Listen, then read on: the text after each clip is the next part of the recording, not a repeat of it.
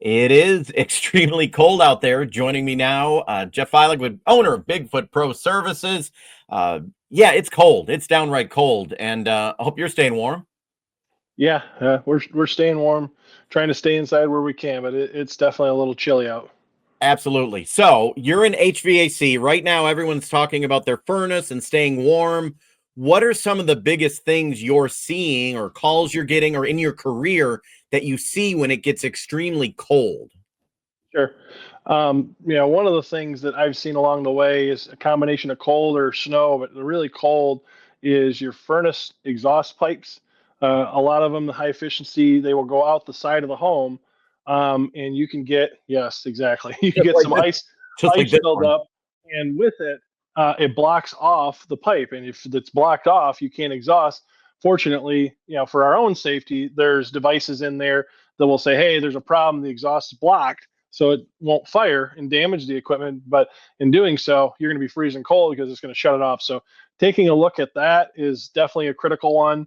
Let That me let me stop. Let me stop you. Is that Mhm. something that the average person?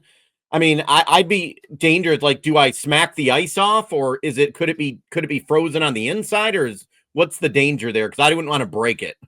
Yeah, so I mean, don't go Hercules on it, but typically speaking, you can gently it'll break out. Most of it's just barely on the inner. What's happened? There's just a little bit of water that's dripping out of it, and over time, if it's that cold, it'll start to build back up until it connects. So, as long as you're not trying to grab a hold of it, yank it, it should just gently be able to be broken out.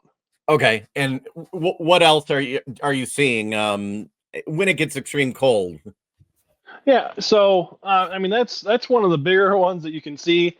Just because the furnace is running nonstop and it's moving a lot of air, checking your furnace filters. Something as simple as your furnace filter, if it's blocked up, it's like the equivalent of me or you trying to breathe through a straw. Something's going to go wrong. And in doing that, you're going to overheat the furnace, and there's safety devices to say, "Hey, I'm too warm. I'm going to cause damage," and then shut off. So those are simple little filter can freeze you out of heat. Next thing you know, you just got cold air blowing on you.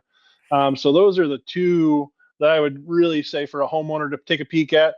Um, make sure I found a you know, picture. So that right yeah, there, that is, if you have that in your home, not much is getting through, right? It's block. I mean, exactly.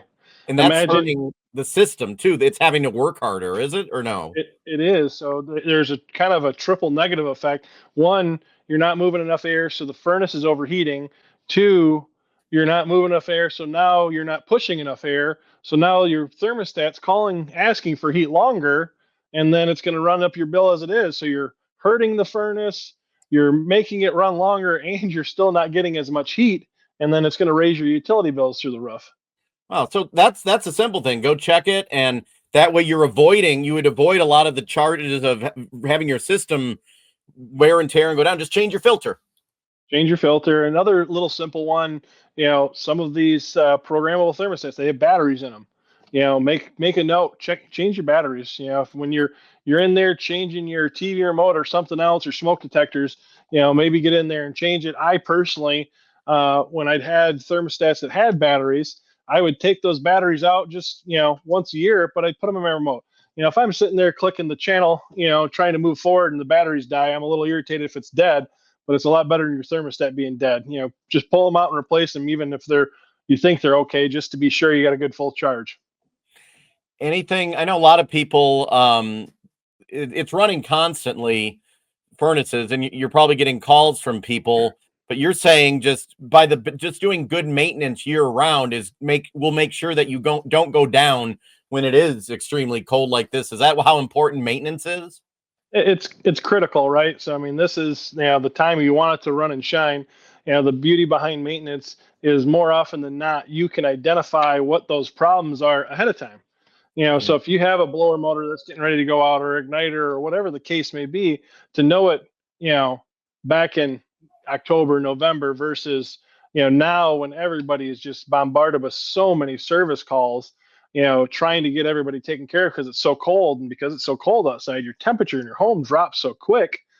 So maintenance is critical because it can highlight, if you have anything that's getting ready to hit you or not. One thing I want to ask, and hopefully, fortunately, it hasn't happened here or in the state so far in the last that I know of, but we do get power outages, a lot of power outages. And I have people ask me about generators, and a lot of people want to be prepared. And you do HVAC, but you also offer generators, right? At Bigfoot? Correct. So we do whole home house generators, and you can have it just do a couple circuits or all the circuits. So if you want to just power up your critical circuits, your furnace, maybe your fridge, and a couple ones or a few others after that, or you want to, I want the whole house. So we can do both sides of it because if it's cold like this, you start putting an extra load on the grid like this because your furnace, everybody's furnace is running nonstop. Anything like that, you're going to put an extra load on it. It could cause it to go down.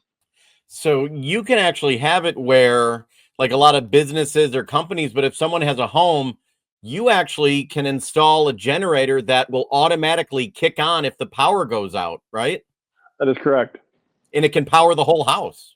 Can power the entire house. Exactly. Wow, that's a good thing probably because you do not want to be stuck like today or when it's freezing like that. So good investment. It is. I mean, there's, inherently there's certain areas that, everybody knows their friend or family member that has constant issues of power outages, right? In different parts, it's just inevitable. And then if you're not in a very dense, busy area or not on a certain circuit, boy, you can be without power for days. And trying to be without power for days in temperatures like this, you're going to have a rough time. One more thing, I just thought of it. Insulation. You don't hear about it a lot, but I was out with one of your crews recently, or maybe been in the fall, but how important actually insulation is. And I've been through some homes, my home actually, there's not a lot of insulation up there. You actually can come in and put more in and make a home more energy efficient. Correct. I mean, your furnace is only as good as it can be with its holding. I had a gentleman we worked with. It was a cheesy line. He picked on me before I kind of went down the path of home performance. He said, "You dang HVAC guys, your idea is, you got holes in your boat. Let's put a bigger motor in it so it'll sail across the water still and not sink." Well, how about we seal up the holes and we size the engine, or in this case, the furnace and air conditioner to the right one. So, I mean, if you're the colander house, it looks like you got Swiss cheese grade, you can see right through it. You're getting plenty of fresh air, but you're getting too much. So it makes a huge difference, trying to seal that up along with, we just started doing ductwork sealing with AeroSeal. The first one we did, I still can't get over it. It was 40% of the ductwork. I mean, I'm sorry, 40% of the airflow was being lost through leakage. I mean, it's just tremendous. So if you're leaking all that out, I mean, you're heating it up and letting it go right out the window. Wow. And that's, for example, like I got new windows at my home and I can't believe the difference it makes.